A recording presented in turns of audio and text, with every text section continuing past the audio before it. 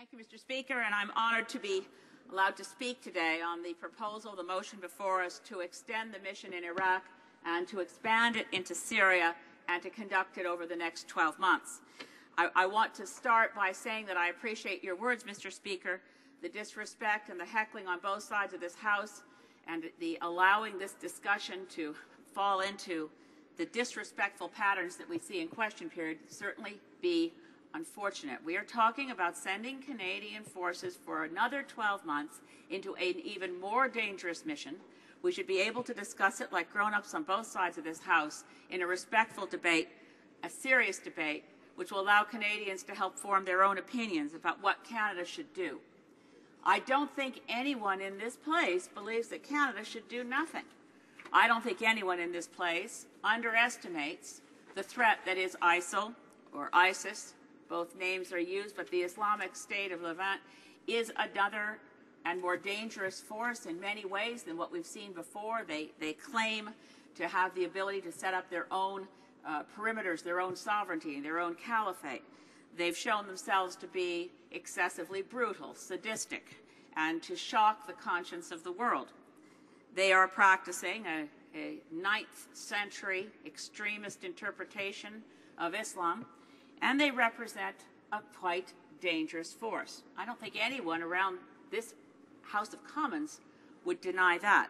So then the question becomes, what best can Canada do to degrade ISIL, which is the wording of this motion, to deal with the fact that there are numerous criminal thug organizations around the world now. I think that it would be back in 2001, and I don't think anybody in North America would have imagined that there was a worse group than Al-Qaeda. We have Al-Qaeda still exerting its influence, Al-Qaeda behind the attacks in Paris. We have Boko Haram kidnapping innocent schoolgirls in Nigeria. We have the presence of groups that are as yet unnamed, which could emerge. So I think our discussion should be one of how do we, as a Western community of nations, best deal with the general threat of terrorist organizations around the world. One of the ways to do this, of course, is to ensure that the West not appear to be at war against Islam. This particular narrative of West versus Islam is a rallying cry in the propaganda that has people gather, and I would appreciate it if members opposite wouldn't heckle. I'm trying to speak respectfully. I have never heckled you. We must not allow ourselves to enforce the propaganda and rhetoric of those people we would like to defeat. So with that said, let's move to what's being proposed in this mission. This mission proposes, and I did want to stop and say that I commend the administration, the Conservative government, for the humanitarian efforts we've taken so far. I would have said that on Tuesday morning had I been allowed to speak, that I was pleased to hear from the Prime Minister that we're feeding Iraqi children, that we're taking steps to assist people who are in situations of unbearable suffering. But there's much more that needs to be done on the humanitarian side, and I'll return to that later. This mission, as described, is to extend for a 12-month period the continued bombing in Iraq, where we have been invited by the Iraqi government, but also to extend bombing into Syria.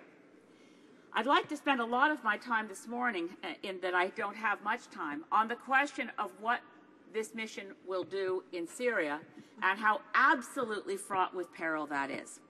Now, when I spoke to this idea of bombing in Iraq last October, I worked on the general theme that the road to hell is paved with good intentions.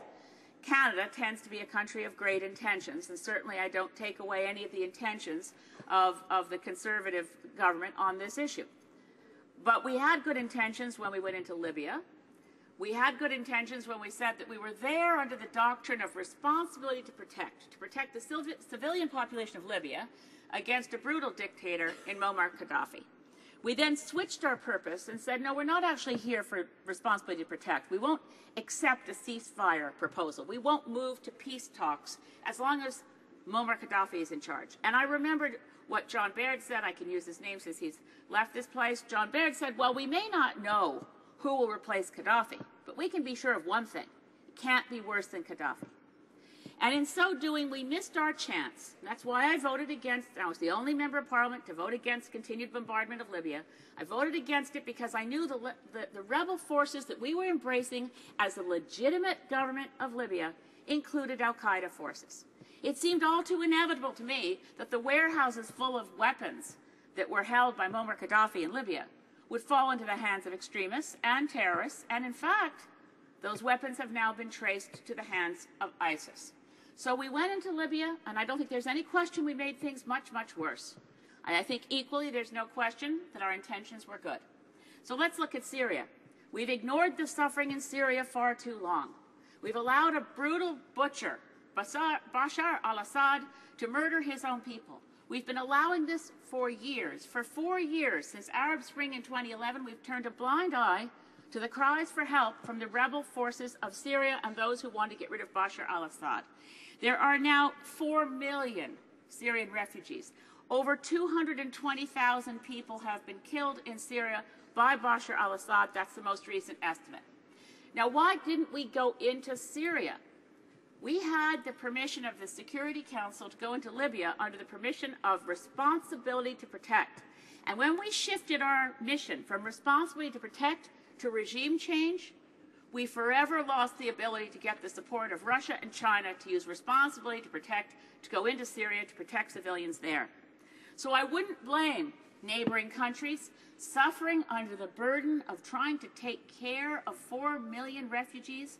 The population of Lebanon, of Jordan, and of Turkey, they're straining under the weight of trying to take care of the refugees who have tried to escape Bashar al-Assad. Now we show an interest in going to Syria. Why? Because we say ISIS is in there. Of course ISIS is there.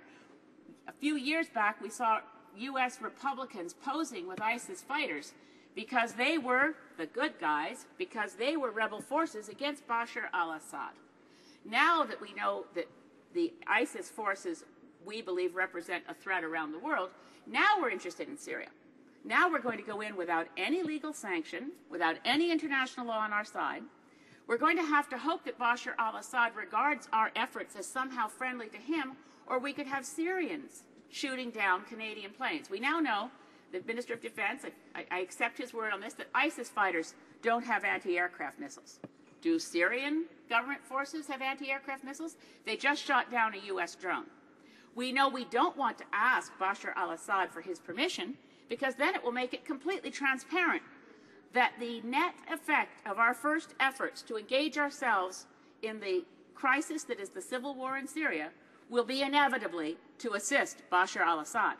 We don't want to admit that if we're successful in Syria, what we will have done is to secure Bashar al-Assad by removing a dreadful force that happens to also be against him.